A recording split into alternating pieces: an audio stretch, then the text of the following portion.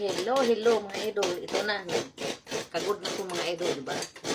Oh, diba? Walang speed yan mga idol ko. Talagang malakas talaga ako kagod ng lubi. Wala na yan tingin-tingin mga idol. Hindi na ako magtingin. Tingnan ko pa. Estimate ko na yan sa sa kamay ko mga idol. Alam na alam ko na yan ang takbo ng pagkagod ng lubi. Hindi na ako magtingin-tingin. Wala nang tingin-tingin dyan. Silip-silip sa sa bao kung mayroon pa ba o tapos na ba. Yan mga idol. Ganyan na yan. Yan. O diba? Hindi ako nakatingin mga idol. Ganyan ako kagod ng lubi mga idol. Pwede pa ako magmarites. Pwede pa ako kung saan-saan titingin doon, kung saan. Kasi itong pagkagod ng lubi mga idol, pagkayod ng lubi, pagkudkod, memorize ko na ito mga idol. Alam niyo kung bakit mga idol? Kasi maliit pa lang ako mga idol, 5 years old pa lang ako mga idol. Sinanay na ako na magkagod ng lubi ng lola ko. Kasi yun ang nga namin. Yung negosyo nila ay magawa ng mga suman sa kabiko. Kaya tingnan nyo ako mga idol. Tingnan nyo kung nakatingin ba ako. Huwag kayong kukurap mga idol. Walang tingin-tingin dyan. At alam na alam ko mga idol na wala nang niyog. Wala nang laman na ubos ko na gitagod. Yan. Tingnan nyo. Hanggang sa matapos ito mga idol, hindi ko ito tingnan. Tapos ngayon dito mga idol, ipakita ko sa inyo na nasimot ko talaga yung kasi sa tunog pa lang ng kaguran, alam ko na may laman pa o wala mga idol. Tingnan nyo talaga. Hindi ako nakatingin. Sa tunog ng ng kudkuran mga idol, alam ko kung may niyog pa o wala na. Ngayon patunayan ko sa inyo ngayon mga idol na talagang nagsabi ako ng totoo na memorize ko ang tunog ng kudkuran mga idol. Kung may niyog pa siya, may kukudkurin, may kakayurin pa siya, wala na. Kasi sa tunog, alam na alam ko mga idol. Tapos pag magkudkod ng niyog mga idol, kailangan simutin mo talaga yung yung laman niya para yung gata. Kuha ko lahat ng gata. Kasi ang gata niya mga idol, nandoon sa tikip ng baon niya. Pakita ko ngayon sa inyo mga idol ha, na talagang simot na yung pagkakudkod ko. Ito mga idol, ang tunog niya ay parang wala nang laman, kunti na lang. Pero may sisimot-simutin pa tayo mga idol sa mga gilid-gilid. Ayan.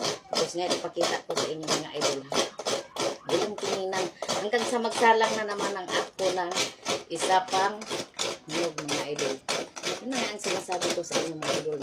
Memorize ko sa tunog pa lang ng kudkuran. Ito mga idol, wala na mga idol ito. So ipakita ko na sa inyo mga idol ha. Wala ko kurap. Yan. Tingnan nyo mga idol ha. Alam, natilo ko kayo. Alam na alam ko mga idol sa tunog. Kailangan wala kang iiwan dito mga idol para simot na simot yung gata. Tapos hindi ako titingin mga idol. Tingnan nyo. Salang ako. Hindi ako titingin mga idol. Hanggang sa matapos ko ito mga idol kung hanggang saan naabot ang video mga idol. Kasi memorize ko ito. Hindi ako magtingin sa paglipat ng walang tingin-tingin yan mga idol. Tingnan nyo lang ang kamay ko. Yan mo ang doon sa dito. Yan. Tingnan nyo mga idol, hindi ako nakatingin. Yan ba dito sa talaga, hindi dito lang makita yung pagkagod lang. Ilapit mo. Yan, tingnan nyo mga idol. Yan. Hindi ako nakatingin mga idol. Sige. Yan. Walang tingin-tingin yan mga idol. Memorize ko yan mga idol. Tingnan nyo lang ang kamay ko mga idol. Sa tunog pa lang, alam na alam ko kung mayroon pa o wala na mga idol. Diba? Walang tingin-tingin yan. Ganyan ako kagaling magkudkod ng niyog. Aminin ko talaga mga idol, hindi sa pagmayabang. Talagang magaling ako mag-kod-kod ng niyog. Walang tingin-tingin. Simot na simot. Walang maiwan. Yan. Diba? Kasi sa trabaho mga idol, kailangan focus tayo. Kung mayroon tayong ginagawa, kailangan na istadihan natin yung mga idol. Para mga nag-aaral, pag ano ang ginagawa mo, istadihan mo kung paano yan na mabilis, madali lang matapos. Yan. Paano na hindi ka makatingin, paano mo bilisan. Kasi huwag kang lalamya-lamya pag may ginagawa ka mga idol. Bawal lalamya-lamya mga idol. Kasi pag lalamya-lamya ka, wala kang marating mga idol. Kailangan focus ka sa ginagawa mo. Kahit hindi ka nakatingin, kahit saan ka dinilingon, saan maabot yung mata mo. Kahit ka nagsalita ka mga idol, tuloy pa rin ang paggawa ng kamay mo mga idol. Kahit hindi mo tingnan yung trabaho mo, pero alam na alam mo. Yan. O, diba? Kailangan memorize talaga mga idol. Ano talaga natin, focus tayo kung mayroon tayong ginagawa. Para ding nag-reels tayo mga idol, kailangan focus tayo. Wag yung ano-ano lang na pag tikim lang. Kasi pag ganun ang ugali natin, wala tayong tiyaga. Wala tayong marating mga idol.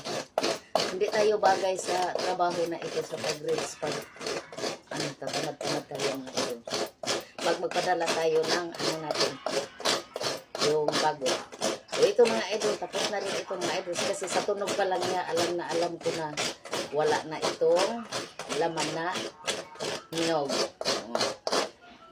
Yan. O diba mga idol? O, memorize ko yan. O ito naman. Hindi ako titingin mga idol. Yan.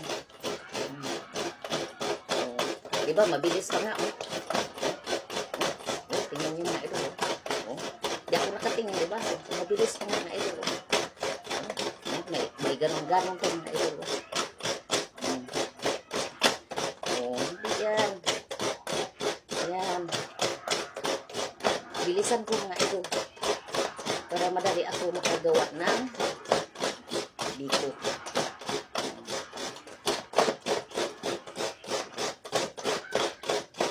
Bilisan ko ito mga idol. Diba? Focus lang tayo mga idol sa ginagawa natin mga idol. Hindi tayo makatingin. Alam natin yung ginagawa natin. O, ilang tingin na mga idol. Hanggang sa matapos itong ginagawa ko. Hindi ko yung tingnan. Kaya ko yan. Hindi ko tingnan mga idol. Diba? Ganon ako kagaling lagod ng gabi. Magkaya ng gabi mga idol. Magkod-kod. Hanggang sa tapusin ko ito mga idol. Hindi sa pagmayabang sa inyo. Kaya ganyan lang mga idol. Pag may gagawin tayo mga idol, kailangan focus tayo sa mga ginagawa natin. Hindi yung nagdadalawang isip. Hindi yung maniwala, hindi. Kasi naranasan ko na yan mga idol. Yung maniwala ka hindi. Parang wala kang tiwala sa sarili mo. Wala talaga.